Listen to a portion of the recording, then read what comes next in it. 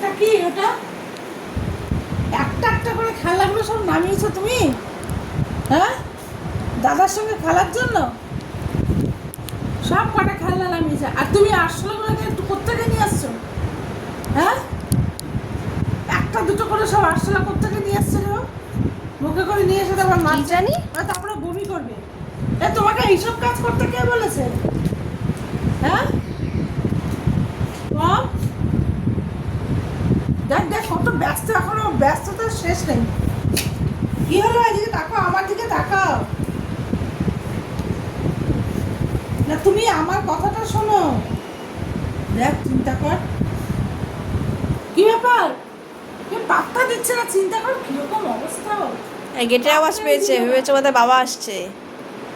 না না, ওকে জিজ্ঞেস করতো, ওকে ধর ভালো করে চেপে দাও। এই ওকে এইসব কাজ করতে কে বলেছে? কুকাজগুলো করছিস কেন রে তুই? তারপরে তো বমি করবে। সারাদিনের কোনো এই সমস্ত ভুলভাল কাজ করে বেড়াচ্ছে।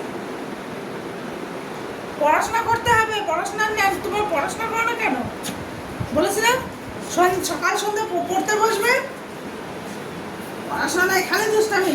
সারাদিন খেলনা নিয়ে খেলছে আর দুষ্টামি করে বেড়াচ্ছে। হ্যাঁ, এরকম চলবে না।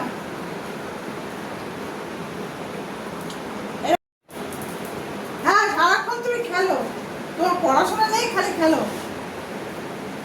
এবার কালকের থেকে সকালবেলা পড়তে বসবে, সন্ধ্যাবেলা পড়তে বসবে, বুঝেছো?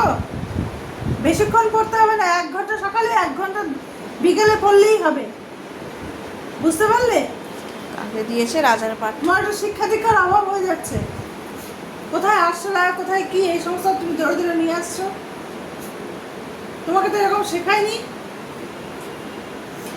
শিক্ষা দীক্ষার অভাব হচ্ছে, তোমাকে একটু বিয়ে করতে হবে, শিক্ষিত করতে হবে। একটু পড়াশোনা করলে একটু শিক্ষা টিক্ষাগুলো ভালো মতন আসবে।